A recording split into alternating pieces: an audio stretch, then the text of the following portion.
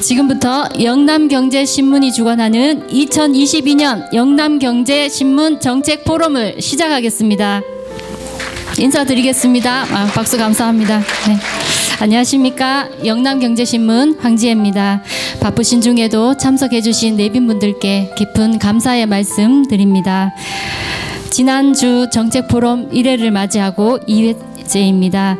정책포럼은 영남경제신문이 모든 주체와 주관을 하여 진행되고 있음을 다시 한번 말씀드립니다. 추후에도 지속적으로 포럼이 이루어지도록 더 발전하며 노력하겠습니다. 많은 성원 부탁드립니다. 네. 잠시 행사 순서 안내 말씀드리겠습니다. 국회의원님의 본 강의가 끝나면 질의응답 시간을 가지겠습니다. 모든 강의가 종료되면 국회의원님과 기념사진 촬영하시겠습니다. 잊지 마시고 사진 촬영해 주시기를 당부드리겠습니다. 다음은 내빈 소개인데요. 자리하신 모든 분들이 내빈이시라 시간 관계상 일일이 소개드리지 못한 점 깊이 양해 바라겠습니다. 그럼 오늘 강의를 해주실 김기현 국회의원님을 신문으로 만나보도록 하겠습니다. 앞에 신문 보이시죠? 네, 맨 뒷면을 보시면 우리 국회의원님이 멋진 모습으로 나와 있습니다. 네, 한번 들어봐 주시겠습니까? 네, 한번 모두 들어봐 주시겠습니다. 네. 실물과 비교하라는 뜻은 아닙니다. 모두 함께 환영의 뜻으로 들어봐 주시고 한번 흔들어 봐 주시겠습니다. 네, 환영합니다. 네, 감사합니다. 네, 의원님이 무척 기뻐하시네요. 네, 감사합니다. 이어서 오늘 강의를 해주실 김기현 국회의원님을 소개해드리겠습니다. 김기현 국회의원님은 서울대학교 법학과 졸업, 서울대학원 법학 석사, 전 대구지법 부산법원 울산지원 판사, 2020년 NGO 모니터단 선정 국정감사 우수 의원, 2020년 대한민국 최우수 법률상 본상, 전 울산광역시장을 비롯해 전 국민의힘 원내대표로 활동하시고 현 국민의힘 울산 남구의 국회의원이십니다. 더 많은 악력은 강의 중에 들어보시면 좋을 것 같습니다. 이제 실무를 만나 뵐 텐데요. 보수의 당면 과제와 나아갈 방향이라는 주제로 강의를 해주실 김기현 국회의원님을 환영의 박수로 모시겠습니다.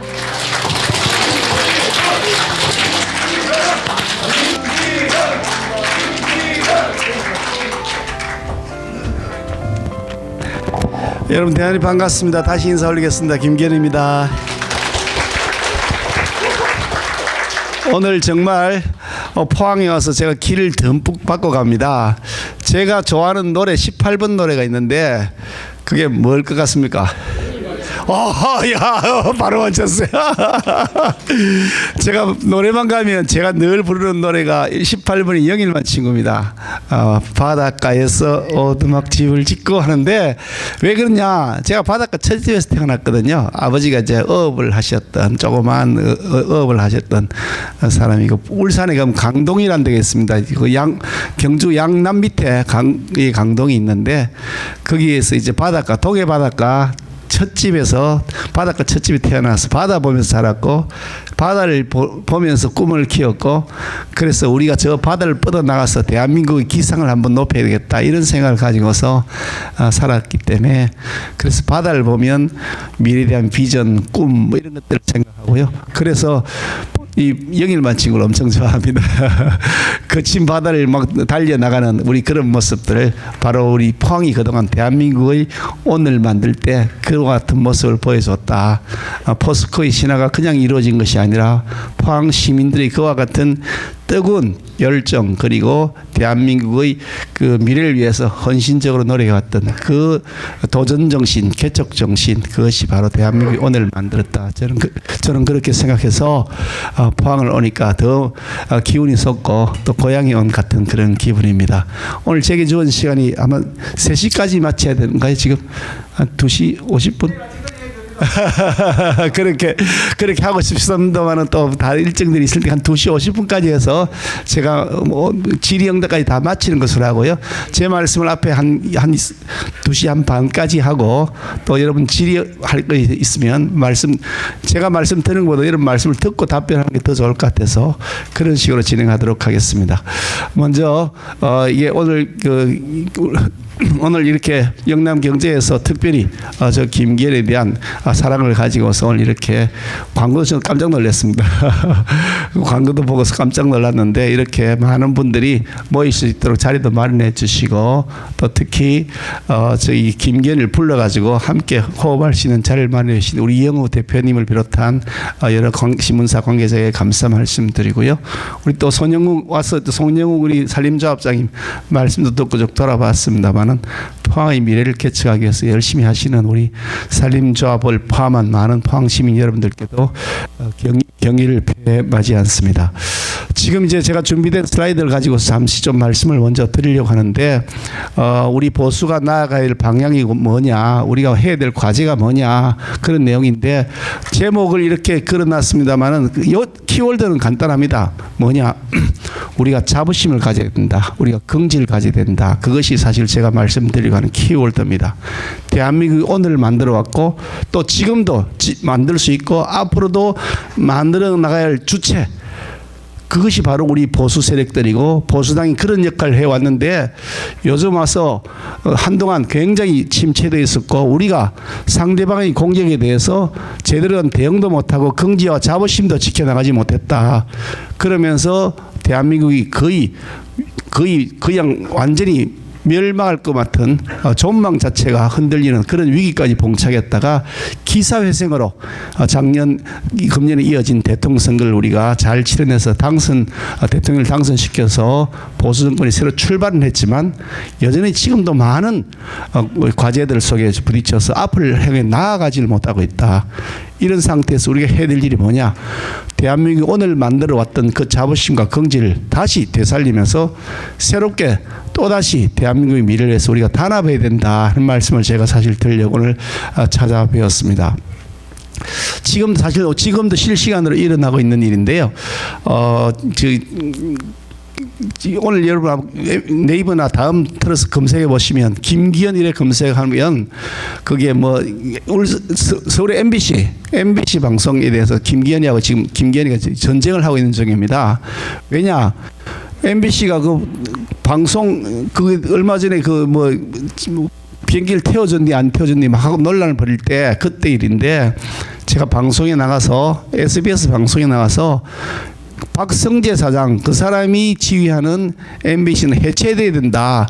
그런 방송은 해체된다라고 제가 얘기했더니 그게 뭐 막말이 돼가지고 난리법석을 쳐서 그러던 차에 어저께 오후에 제가 MBC 방송에 나가기로 돼 있었는데 출연한다고 들어 약속이 돼 있었는데 저한테 나오지 말라고 일방적으로 통보를 해버렸습니다.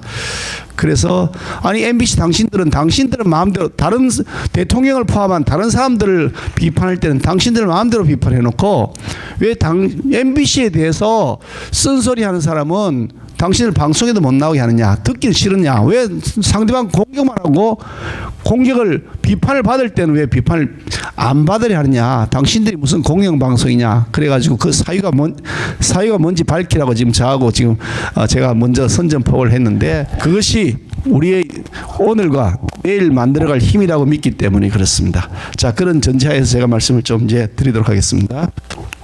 사람들은 정치 얘기를 좀 하면 많은 사람들이 우리나라 정치가 삼류 정치다 그러다가 요즘은 사류 정치라 그럽니다. 아마 여러분들 기억하실 것 같은데요. 이 삼성의 그 창업주가 우리나라 정치는 삼류다 그래가지고 뭐 난리법석도 났던가 아마 기억나실 텐데 요즘은 삼류도 아니고 사류라 그러더라고요. 여러분 대한민국 정치가 한 삼류 사류쯤 되는 것 같다고 생각하시죠? 맞습니까? 다들 그렇게 말씀하시고 상당 부분 일리 있다고 생각합니다. 하는 게 도대체 사람들이라면은 도대체 뭐 하는지 모르겠다. 제일 먼저 정치하는 사람. 그런데 정치하는 사람 그러면 그냥 말만 하고 도대체 되는 게 없다. 그렇게 말씀하시는데 여러분 가만히 한번 생각해 보시면 우리나라가 지금 뭐 북한하고 비교할 필요는 없을 정도로 뭐 차이가 많이 납니다만 다른 나라하고 비교해 봤을 때도 전 세계 다른 나라하고 비교해 봤을 때도 과연 우리나라가 전 세계 어느 나라보다도 더 경쟁력 있게 빠른 속도로 성장해 왔다. 선진국 입구까지 왔다. 이런 기적을 이루었단 말이죠. 한강의 기적이라고 우리 합니다만은 어저께 그 구미에서 박정희 전 대통령 탄신 105주년 기념식에서 다녀왔는데 전 똑같은 생각을 가지고 있습니다. 거기에서도 말씀드렸습니다만 대한민국 기적을 만들어 온 주인공 그 시발점 바로 우리 보수당 정권이 만들었다라는 말씀을 드리는 것이고, 잘 사는 나라하고 못 사는 나라 차이가 뭐냐. 보통 이제 잘 사는 나라 못 사는 나라 그러면 뭐 돈을 많이 버느냐, 소득 수준, 뭐 인권이나 이런 게 보장이 되느냐, 자유가 얼마나 있냐 이런데, 잘 사는 나라하고 못 사는 나라 전 세계 한번 돌아보셨어요? 전 세계 중에 잘 사는 나라하고 못 사는 나라 결정적인 차이점이 뭐냐? 결정 차이점이 뭘까? 뭐 자원도 있을 것이고, 뭐 지하 자원이 많은 나라도 있을 것이고, 없는 나라도 있을 것이고, 인구가 많은 나라도 있을 것이고, 적은 나라도 있을 것이고, 기후가 좋은 나라도 있을 것이고, 나쁜 나라도 있을 것이고, 다 여러 가지 조건이 다릅니다만은 공통적으로 잘 사는 나라하고 못 사는 나라의 결정적 차이점은 뭐냐? 그것은 바로 정치 체제의 차이다. 정치가 어떻게 됐냐에 따라서 그 나라가 잘 사는 나라가 되기도 하고 못 사는 나라가 되기도 한다. 어느 나라도 아무리 추운 나라든지 더운 나라든지 뭐 지하 자원이 많은 나라든지 없는 나라든지 인구가 많든지 적든지 아무 상관없이 잘 사는 나라 정치 체제가 제대로 돌아가면서 그 나라의 국민들과 미래를 위해서 준비를 하고, 잘 못 사는 나라는 정치 체제가 개판이 되어서 권력자들이 배만 불리는 모습이 되었다. 그것이 모든 나라에서 다 공통되는 결과입니다.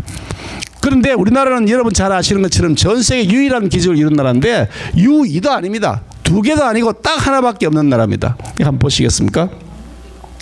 우리나라가 해방되었을 때가 1945년이고 그 후에 이제 정부 수립된 게 48년 그랬는데, 여러분 여기 계신 분들 연세가 좀 드신 분들이 계시니까 우리 보릿고개 얘기 다 아시잖아요, 그죠? 밥 먹고 살기 어려웠습니다. 쌀밥 한 먹어보려고 명절 때나 돼야 먹지. 소고기 있고 그 희멀건 소고기 국물이라도 먹어보려면 명절이나 돼야 먹지. 어디 상상이나 할 수가 있었겠습니까? 하루 3끼 먹는 것도 쉽지 않은데, 그런 빈곤국에 있다가 우리나라가 이 빈곤국의 함정을 넘어서서 중진국으로 들어왔습니다. 그런데 중진국의 함정을 다시 넘어서서 우리가 선진국으로 다시 넘어왔습니다. 이런 두 단계의 함정을 넘은 나라가 전 세계에 어디 있을까 한번 보시면, 우리나라 1961년도에 그 1인당 그 국민소득 GDP라 그럽니다. 1인당 국내 총소득, 그러니까 우리 흔히 말하는 국민소득인데 1인당 1년에 $100. 한 13만 원쯤 되겠죠, 그죠? 1년에 $100. 한 달이 아니고 1년에 13만 원이었습니다. 이게 언제냐? 1961년입니다. 그때 비슷했던 나라 방글라데시, 콩고 이런 나라들입니다. 그리고 30년이 지났습니다. 1990년을 한번 보시면 우리나라가 1인당 소득 얼마가 됐냐? 이렇게 되네요. 제가 잘못 눌러가지고 꺾어라 버렸습니다.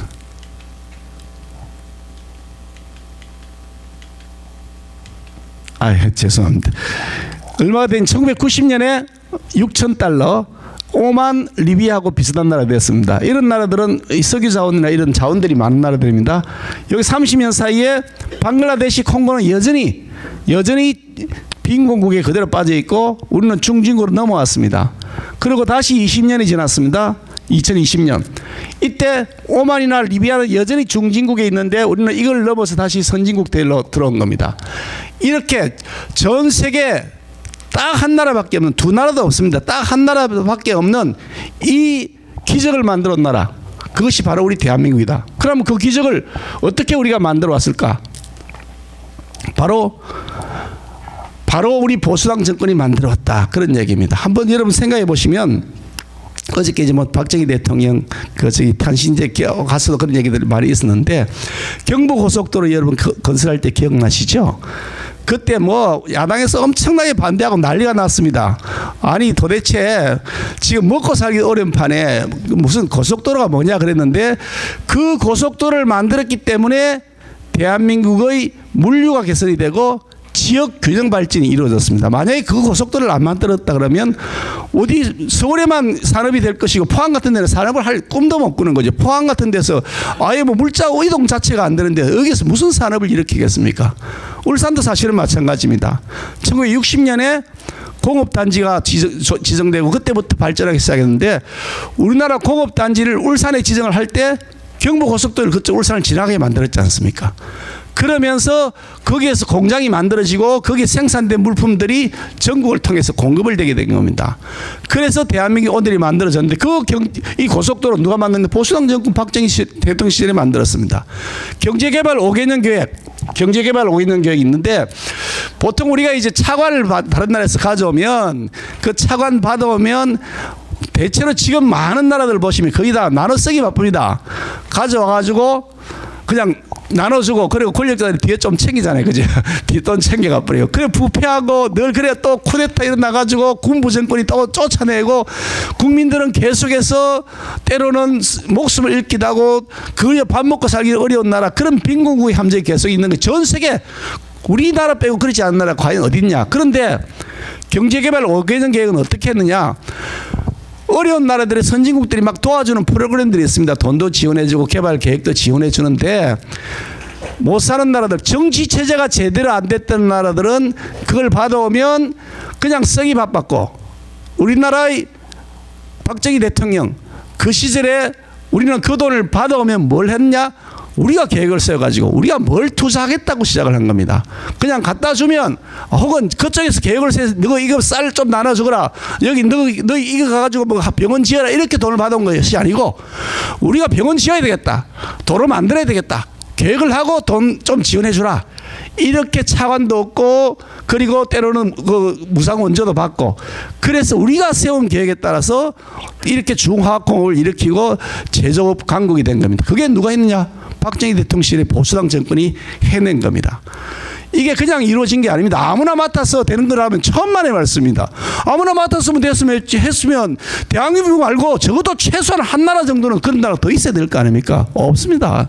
여러분 필리핀 아시죠? 필리핀이 우리나라 6.25 때 군인을 파병해 준 나라입니다. 우리보다 훨씬 잘 살았죠. 그리고 필리핀에서 서울에 가면 장충체육관 있지 않습니까? 그걸 필리핀이 자기들 돈 내가 지어줬습니다. 우리나라 불쌍하다고 자기들 돈 내가지고요.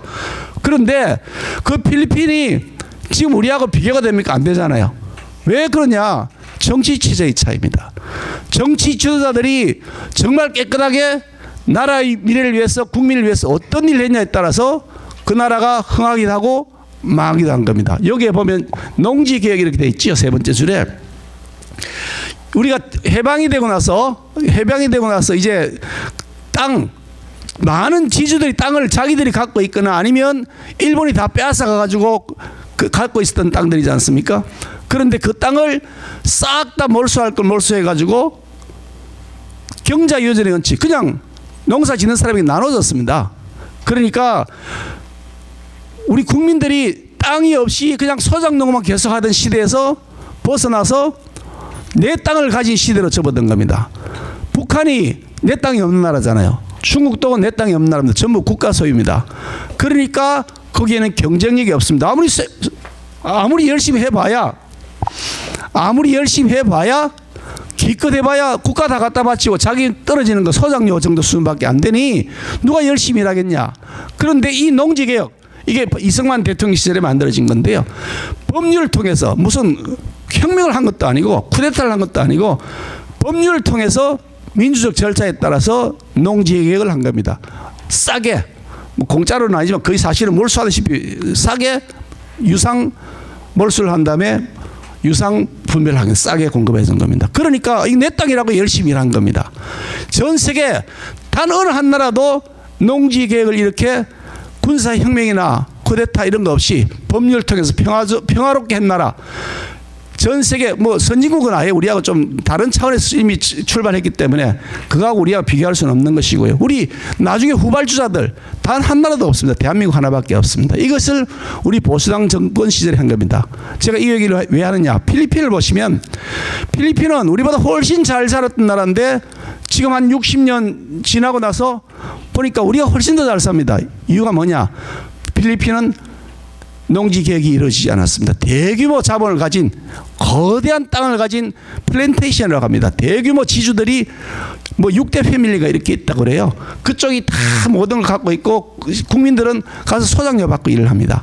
그러니 그 나라가 발전할 수가 없는 겁니다. 근데 그걸 누가 만드느냐? 바로 보수당 정권 시절에 만든 겁니다.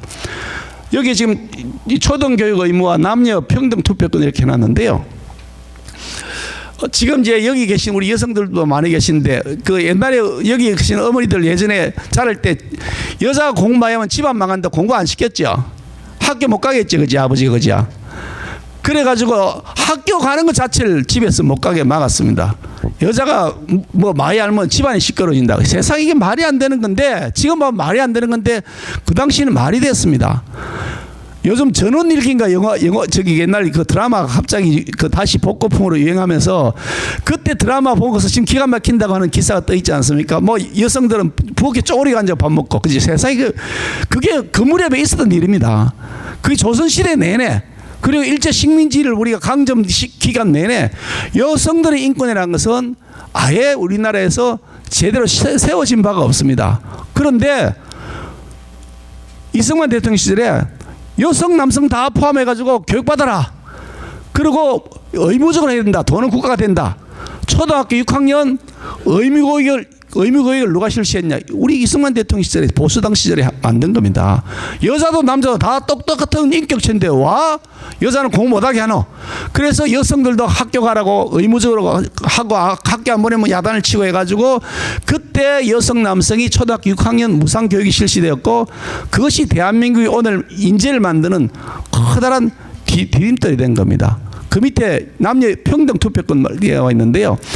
요즘은 여자 한 표, 남자 한 표 아무도 이의제기 안 하잖아요. 그러니까 누가 당연한 거라고 생각하지. 그게 왜 문제가 됐냐고 생각하는 사람이 있을 텐데 아니 우리가 언제 투표해 봤습니까? 가령 우리가 뭐 고려시대 투표해 봤습니까? 뭐 아니면 조선시대 투표해 봤습니까? 일제강점기 식민지 우리 지배당할 때 우리가 투표해 봤습니까? 한 번도 투표해 본 적이 없습니다. 여성이든 남성이든 투표해 본 적이 없습니다. 그런데 이승만 대통령이 왜 투표를 도입했냐? 자기가 미국에 살아보니까 민주주의 이게 진짜 살리는 길이다. 자본주의 기반한 자유민주주의 투표권을 가지고서 국민들이 주인이 되는 나라 그 나라가 제대로 되는 나라라는 걸 자기가 인식을 하고서 거기에서 남녀 동등 투표권을 도입한다 그래가지고 법률로 만들어서 도입한 겁니다. 이게 다른 나라 같으면 한참 앞서 우리가 뒤에 떨어진 것 같은데 천만을 말습니다. 여러분 벨기에 아시죠? 벨기에. 유럽에 있는 벨기에 최고 선진국 나라입니다. 벨기에 가보시면 어마어마하게 잘 사는 나라입니다. 그런데 그 벨기에도요 여성 남성의 동등 투표권 도입된 게 1952년입니다. 52년. 그러니까 우리하고 비교해 봤을 때 우리가 훨씬 굉장히 선진화된 제도를 만들어낸 겁니다. 이것이 오늘의 대한민국을 만들어낸 원동력이다. 그런데 이걸 다 누가 만들었냐? 우리 박정희 대통령 시절에 아까 말씀드린 것들을 만들었고요. 그리고 이승만 대통령 시절에 만들었고요. 그리고 김영삼 대통령 시절에 만들었고 그리고 이명박 대통령 시절에 그것을 더 발전시키는 일을 해왔습니다. 저는 이명박 대통령 시절에 국회의원을 하고 있었는데 이명박 대통령이 가장 비즈니스 프렌들리였습니다. 무슨 말이냐? 기업하기 좋은 나라, 그리고 투자 잘 되는 나라, 그리고 투자한 만큼 열심히 일한 만큼 자기가 소득을 가져올 수 있는 그런 나라 만들겠다는 매우 비즈니스 프렌드를 했고 그래서 UAE 아시죠? UAE 아랍에미리트 연합이라고 저 사우디 그 중에 동쪽에 있습니다. 그 UAE에 가서 원전을 최초로 수출했던 그 대통령이 바로 이명박 대통령이었습니다. 그게 아마 10조 가까이 되는데요. 그게 기반이 돼가지고 거기에다가 수출한 모델이 뭐냐? 우리 국산 모델 APR 1400이라고 하는 모델인데 외국의 기술을 기본적으로 도입해서 기초로 했지만 우리가 새로 설계해가지고 옛날에 천 이런 걸 1400 그리고 1000메가와트를 1400메가와트로 바꾼 겁니다. 그러니까 우리가 훨씬 더 효율을 높인 거죠. 그 기술을 도입해가지고 우리가 여기서 운영해서 성공을 했고 UAE에 그걸 수출한 것이 이명박 대통령 시절입니다. 그리고 그걸 기반으로 해서 드디어 이제 폴란드에도 우리가 진출한다고 그러잖아요. 전 세계 우리가 원전 시장에 진출해서 그게 어마어마한 국가적 부를 만들어낸다. 그것이 바로 다 우리 보수당 정권 시절에 만들었던 겁니다. 그런데 왜 이렇게 대한민국의 오늘 만들어 온 우리가 이렇게 주눅들어 사냐? 저는 그게 화가 나는 겁니다. 아니 민주당 정부, 여러분 당장 가까운 5년 지난 5년 한번 볼까요? 문재인 정부. 저는 문재인 정부 하면 제일 먼저 기억나는 게 소득 주도 성장이라고 하는 사기, 그리고 나라를 비투성이로 만든 빚쟁이. 저는 그게 생각이 납니다. 우리나라가 대한민국이 만들어지고 2017년, 그러니까 문재인 정부가 출범할 때까지 약 70년 가까운 세월 동안 쌓여진 부채가 얼마였느냐? 얼마였냐? 660조 됩니다. 600조 좀 넘어서거든요. 그러니까 우리가 한 70년 동안 계속해서 늘어났던 국가 채무가 한 600조쯤 됐는데 5년 동안, 문재인 정부 5년 동안 빚이 얼마나 늘은 줄 아세요? 400조가 늘었어. 400조. 아니 70년 동안에 모아놓은 채무가 빚이 600조인데 어떻게 5년 사이에 400조를 늘리냐? 전부 다 그 빌린 겁니다. 국가가 빌린 겁니다. 국가가 빌렸다는 건 뭐냐? 다 국민들 돈입니다. 국민들이 결국 갚아야 되지. 뭐 문재인 대통령이 자기 사저 팔아서 갚는 건 아니잖아요. 사저는 뭐 하나도 팔 생각도 없더만. 자기 돈만 더 받아갔대요. 보니까 그죠? 세금도 안 내고 그죠? 그러다 강아지는 못 키운다 그러고. 자, 아이고 월 250만 원 나는 풍산개 사용료 250만 원 해서 깜짝 놀랐습니다. 사람보다 돈이 더 들어가대요. 아, 그건 말이 되나요, 세상에. 그거 못 키운다고 내놓은 거 아닙니까? 자기는 다 받아, 한 달에 한 4천만 원 받아간다 하더라고요. 기가 막히는 겁니다. 4천만 원 받으면 세금도 안 낸대요, 세상에. 아이고, 나 그만 답답한 내가 얘기하네. 아니, 그래가지고, 그렇게 빚을 얻어놨는데, 여러분, 우리 살림이 어떻게 됐습니까? 엉망이 됐지 않습니까? 아니, 그래 놔놓고 이 사람들이 지금 큰 소리 칩니다. 여러분, 이게 용납이 됩니까? 저는 참을 수가 없습니다. 이 분노를 참을 수가 없습니다. 그래서 제가 요즘 막 엄청나게 화를 내고 핏대를 내는 겁니다. 니들이 말할 자격이 없다. 천하의 가장 부동산 개발 비리의 몸통, 의혹 몸통 이재명이라는 사람이 나와가지고 뭐 도덕이 어떻다고 그러고 뭐 하는 거 기가 막히잖아요. 아, 이태원에 우리 참사 있었습니다. 정말 안타까운 일인데 그거는 그대로 책임을 지우고 우리가 재발 방지할 건 해야 되는 건 좋은데 이재명이라는 사람이 또 갑자기 그걸 추모하자고 난립니다. 여러분 한번 생각해 보세요. 이재명이라는 사람이 자기가 데리고 있던 부하직원 성남도시개발공사 거기에 처장하던 사람, 본부장하던 사람, 김문기, 유한기 이런 사람이 있었거든요. 그 사람들이 수사를 받다가 죽었습니다. 어떤 사람이 영장이 청구됐다고 하니까 또 죽었고 또 누구 수사를 받고 돌아와서 죽었는데 그때 이재명이라는 사람이 뭐라는 줄 아세요? 나 그 사람 모른다. 나는 그 사람하고 아는 사람 아니다. 뭐 조문 내가 안 간다. 나 꽃도 안 보낸다. 꽃도 안 보냈습니다. 그래가지고 당신이 그래도 너무한 거 아니냐. 두 번째 죽었을 때는 당신이 그래도 인간적으로 너무한 거 아니냐라고 누가 질문했나 봐요. 그랬더니 기자한테 답변한 내용이 뭐 어쨌든 죽었으니까 뭐 저희는 피합니다. 이렇게 답변했습니다. 이게 여러분 말이 됩니까? 그런 자기 부하 그 사람이 왜 죽었습니까? 지가 시킨 일 하다가 죽은 거 아닙니까? 못된 짓 시켰잖아요. 알고 보니까 그죠? 그런데 지가 책임져야 될 일인데 지가 책임질까 싶어놓으니까 난 모르는 사람이라고 조문도 안 가고 꽃도 안 보냈는데 그런데 이태원에 죽었다고 하는 사람들은 이거 안타까운 죽음 갖고 지가 이용해 먹겠다 싶으니까 추모하자고 난리법석입니다, 여러분. 이게 말이 됩니까, 여러분? 아니 제가 그래서 그래 하기 전에 추모하자고 그러기 전에 당신은 먼저 네 형수한테 가서 용서 받고 와라. 그 형이 먼저 죽었습니다. 왜 죽었는지 가정사라 잘 모르겠지만 얼마나 당했겠냐 싶습니다. 제 심작에 얼마나 속이 터졌겠나 싶습니다. 속으로 안 그렇겠습니까? 그러니까 네 형님 먼저 죽었는데 형님 그 가족들한테 가서 용서받고 와라. 사죄하고. 그래야 다른 사람을 추모할 자격이 있죠.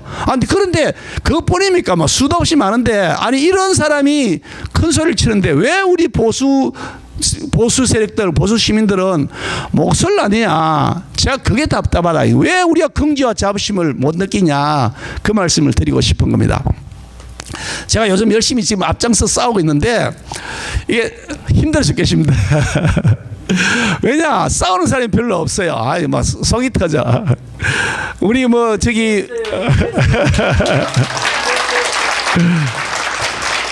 제가 착하게 생겼죠, 그죠?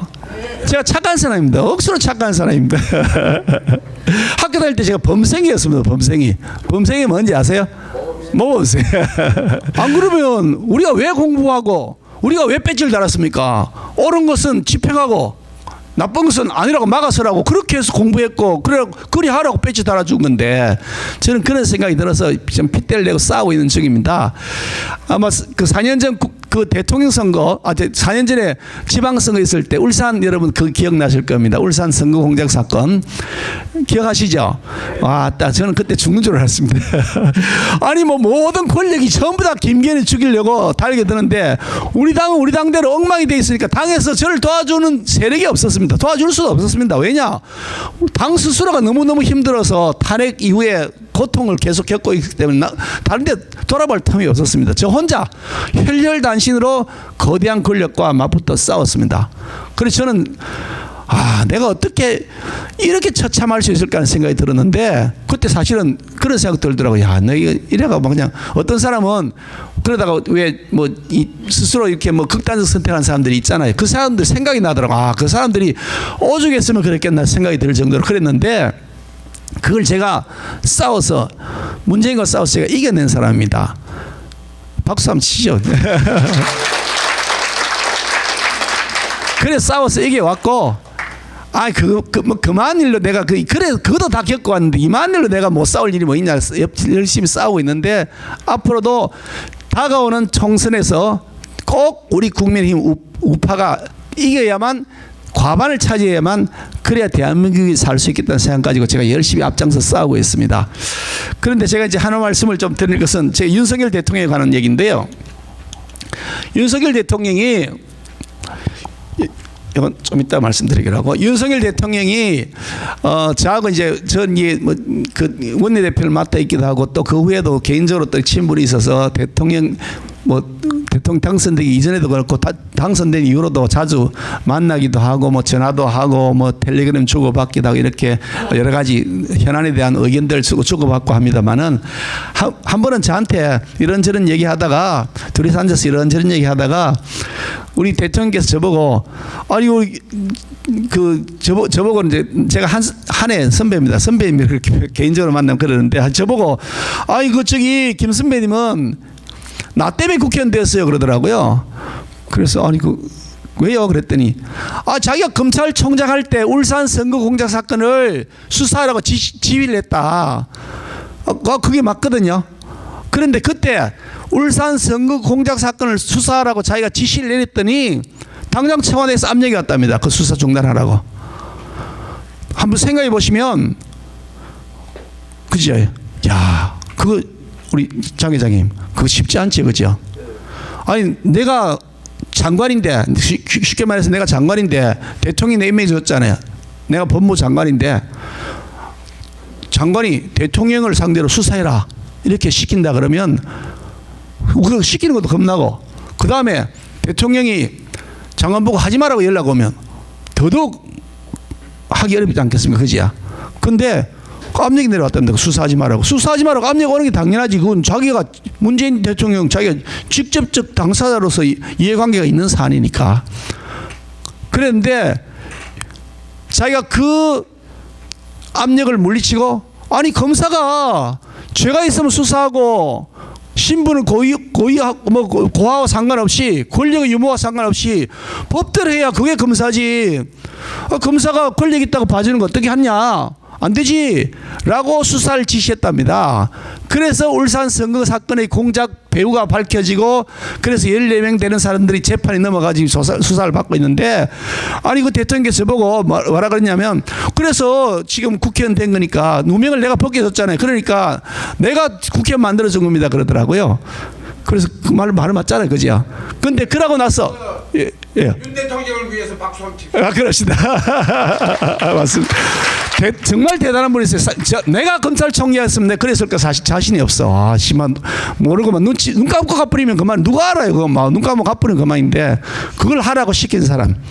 그런 다음에 그때부터 자기를 쫓아내기 위한 공작이 시작되더랍니다. 그때부터 나를 쫓아내려고 작심했구나. 그래서 계속해서 핍박이 오고 그래서 결국 이제 이래저렇게 막 그냥 징계를 뭐 하고 난리법석이 났는데 그래서 쫓겨났다라고 대통령께서 말씀하시기에 제가 그럼 대통령께서는 내 때문에 대통령 됐잖아요. 네, 그럴까요? 제 말도 맞지, 그지야? 그 쫓겨났으니까 대통령이 됐지. 그랬더니 그 말도 맞긴 맞거든요. 그래 대통령이 뭐라 그러신지 아세요? 뭐라 그랬을 것 같아요. 그래서 저보고 그거는 맞지만 내가 먼저 한 거예요 그러시더라고요. 그러니까 검찰총장이 울산 선거 공작의 배후를 밝히라고 지시를 안 했으면 진실은 영문이 묻혔을 것이고 그러면 사실은 대한민국의 정의는 사라졌을 겁니다. 그런데 자기에게 분명히 핍박이 올 것이라는 걸 알았지만 그러나 정의를 세워야 된다라는 생각으로 그걸 지시했던 그것이 바로 윤석열 대통령이 가지고 있는 소신과 철학입니다. 저는 그런 면에서 정말 존경합니다. 이런 분이 대통령이 되었으니까 대한민국 기강을 저는 세울 수 있다. 저는 그렇게 생각합니다. 거기에 더해서 또 뭐가 하게 소탈한 스타일, 아주 소탈한 스타일입니다. 그러니까 대통령이 되면 보통 대통령이 되기 전에는 가끔씩 보다가 대통령이 되면 이게 잘 안 만나집니다. 1년에 한 번도 만나기 어렵습니다. 전화도 통화도 잘 안 되고. 그런데 윤석열 대통령 지금도 많은 주변의 사람들하고 수시로 만나고 전화 통화도 하고 뭐 텔레그램도 주고받고 또 누구는 텔레그램 하다 들켜가지고 난리가 났지만 그렇게 굉장히 소탈한 스타일입니다. 많은 장점이 있는 분입니다. 그래서 지금 많은 어려움이 있지만 우리가 윤석열 대통령을 잘 도와서 보수당 정권을 성공시키고 그래서 이어가는 보수당 정권을 만들어야 된다. 저는 그런 생각을 하면서 그 확신을 가지고 그 일을 위해서라고 나는 내 목숨 다 던져도 좋다. 박수 한번 쳐주시죠. 제가 사실은 뭐 시장 광역시장도 했고 뭐 국회의원도 4번 했고 뭐 또 원내대표도 했고 뭐 또 정책인 의장도 할 것 많이 했거든요.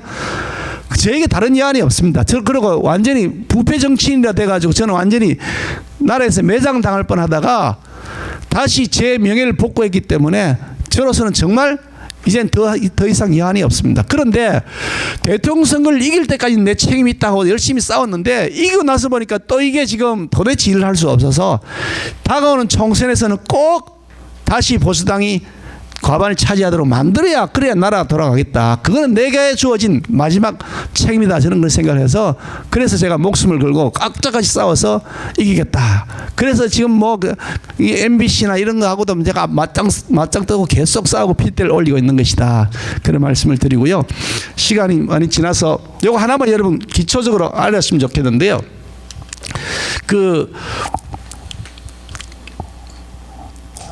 문재인 정부가 못 사는 사람들 그거 해주겠다 그러지 않습니까? 저기 좀 잘 살게 해주겠다고 그래서 막 나눠줬는데 이거 한번 보시면 기초수급 작업한율이 여러분 2017년에 기초수급자가 150만 명 그리고 말기에 232만 명 그러니까 기초수급자가 훨씬 더 늘어난 겁니다.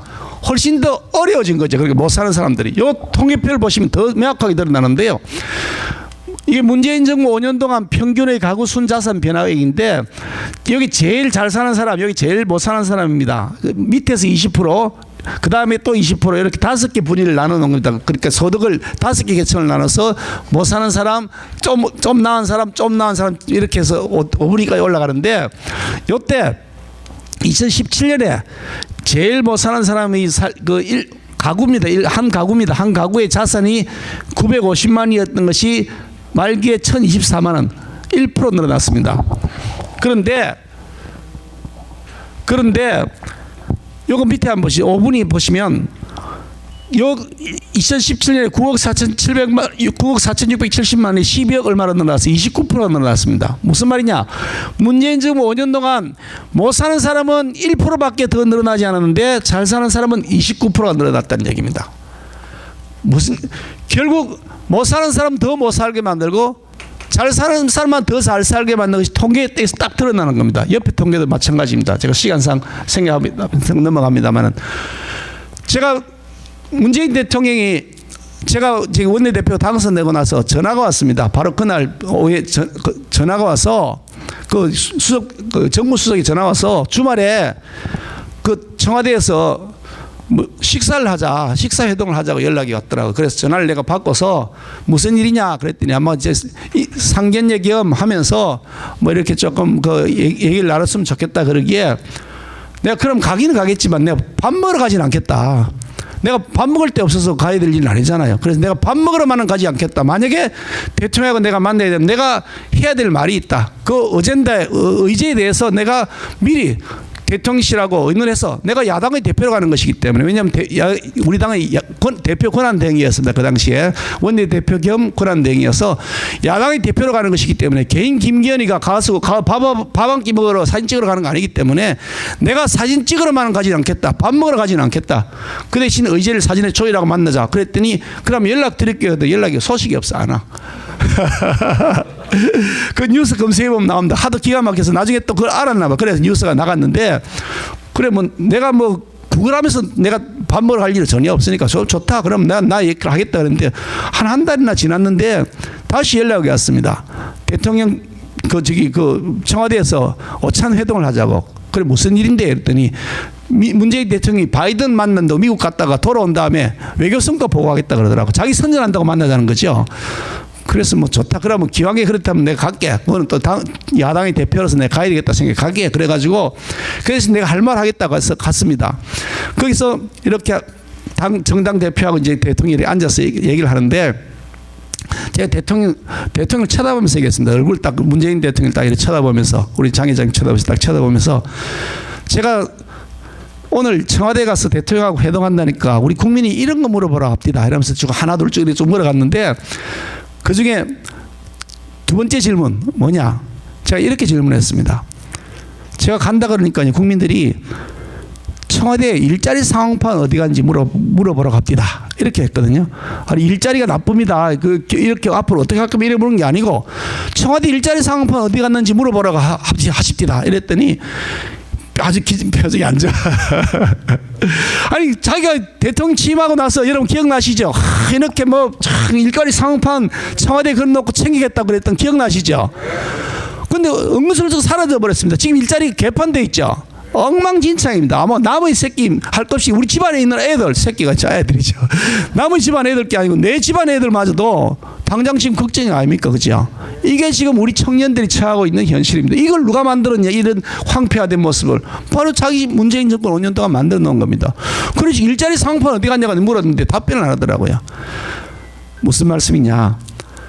문재인 정권 포함해서 민주당 이 좌파 정권, 전 좌파도 아닌데 사실 얼치기 좌파들이죠. 권력을 위해서 좌파를 이용하는 사람들이지. 그게 진짜 좌파도 아닙니다. 자기들 바꾸려 하려고 아예 권력도 세습에 상소해 간다고 민주화 유공법인가 만들고 그랬던 거 아닙니까? 제가 그래서 그런 거 안 된다고 작년 6월 달에 교섭단체 대표연설 국회에서 하면서 당신들이 무슨 민주화 유공자냐고 제가 큰 소리 쳤던 사람 아닙니까? 그래서 이런 잘못된 정권 5년 나라 망쳐놓고 지금 어디 와가지고 고개를 쳐들고 당신들이 큰소리 칠 자격이 있느냐, 저는 그런 확신을 가지고 있습니다. 우리가 대한민국을 만든 주역인데, 보수당 정권이 그 주역인데 어디 대고 당신들이 거기에 대해서 이렇게 저렇게 하느냐 말씀인데, 이거 하나 이제 말씀드리고 마치겠습니다. 지금 우리가 대통령 지지율도 정당 지지율도 좀 많이 어렵죠. 그지? 실제로 많이 어렵습니다. 그런데 저는 얼마인지 우리가 극복하고 오히려 또 역전할 수 있다 이렇게 생각합니다. 여기 도표를 보시면 요 첫 도표가 여기 1월, 2월, 3월 여기 4월 달인데, 요 4월 달에 제가 원내대표가 된 때입니다. 그 당 대표 권한대행이 된 거죠. 우리 빨간 색깔 도표를 보시면 25, 30 요 사이에서 계속 왔다고 했습니다. 25% 내외에서 이제 들락날락하고 있었고, 이 사람들은 35에서 40까지 왔다 갔다 요 주변에서 들락거리고 있었는데, 이때 우리에게는 대통령 후보도 없었습니다. 대통령 후보 우리 당에 홍준표 시장님은 그때 우리 당 소속이 아니었고, 윤석열 대통령도 우리 당 소속이 아니었고, 우리 당에 대통령 후보 나올 사람이 누가 있느냐고 자기들이 비아냥거리면서 우리를 조소할 때였습니다. 그런데 당 지지율도 형편없고 후보도 없던 시절에 우리가 이렇게 어려웠습니다. 그때 제가 원내대표 선거에서 제가 약속을 했습니다. 내가 원내대표가 되면 우리 당 지지율 연말까지 40%를 끌어올리겠습니다. 제가 큰 소리를 쳤는데, 누가 봐도 제가 그냥 헛방인 줄로 아마 생각했을 겁니다. 근거 없이 헛방 쳤을 거라 생각합니다. 아무 자산도 없는 입장이 뭘 지가 하겠다 그랬는데 여기에 연말입니다. 여기 연말 보시면 우리가 40% 올라가서 우리가 역전을 했습니다. 이렇게 도표가 가다가 여기서부터 들락날락하다가 여기서 역전을 시작한 겁니다. 이때가 10월 달 무렵입니다. 10월 달 무렵이 언제냐? 이재명 게이트. 이재명 비리조상 진상 게이트가 제가 발족을 시켰죠. 그런 다음에 제가 그 위원장을 맡아서 총괄 지휘를 했습니다. 지금 논란이 되고 있는 대장동, 백현동, 성남 FC, 경기도 법인카드 전부 다 제가 원내대표가 돼서 이재명 비리조상 진상 게이트를 발족하고 거의 매일 기자회견도 하고 또 라디오, TV 나가서 인터뷰도 하고 또 우리 의원들 시켜가지고 현장 조사해가지고 증거 찾아가지고 그걸 배포하기도 하고 그걸 계속했던 것이 한 달쯤 지났거든요. 작년 추석 전에 시작해서 한 달쯤 지날 때가 10월 달입니다. 요 10월 달에 보시면 드디어 우리가 이제 올라가기 시작한 겁니다. 저는 무슨 말씀을 드리냐. 그러다가 연말까지 가서 우리가 확실히 더 올라갔죠. 이때가 작년 연말 무렵입니다. 우리가 지금 작년보다 훨씬 더 좋은 여건에 있다. 그러니까 지금 여러 가지 어렵고 힘든 상황이긴 하지만 우리가 제대로 전략을 세우고 단합해서 대응해 나가면 내후년 총선 이어지는 대통령 선거 저는 반드시 이길 수 있다는 확신을 가지고 있고 저는 이미 해봤으니까 그리고 제가 맡으면 이 일을 얼마든지 해낼 자신이 있다 하는 말씀을 여러분들에게 드리고 싶은 겁니다. 더 할 말이 많은데 약속한 시간 조금 지났기 때문에 제 말씀 이렇게 마치고요.